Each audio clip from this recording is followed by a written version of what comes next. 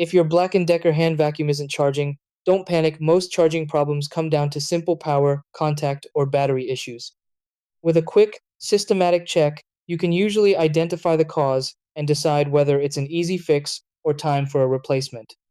Start by making sure the vacuum is fully switched off, since many models won't charge if the power switch is even slightly on. Confirm the charger is plugged into a working outlet and that the outlet voltage matches the charger rating.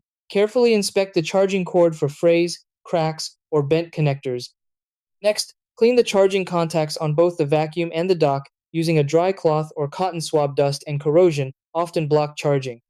If the battery feels warm after use, let it cool for 15–30 minutes, as overheating can stop charging and trigger flashing lights. Press the power switch firmly to ensure it isn't stuck or faulty.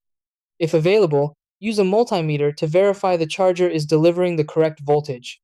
Also, clean the vacuum filter, since heavy blockage can affect overall operation. If the vacuum still won't charge, the battery is likely worn out, especially in older units. Batteries that won't hold charge or drain quickly usually need replacement, which involves opening the unit and soldering, best left to professionals if you're not experienced.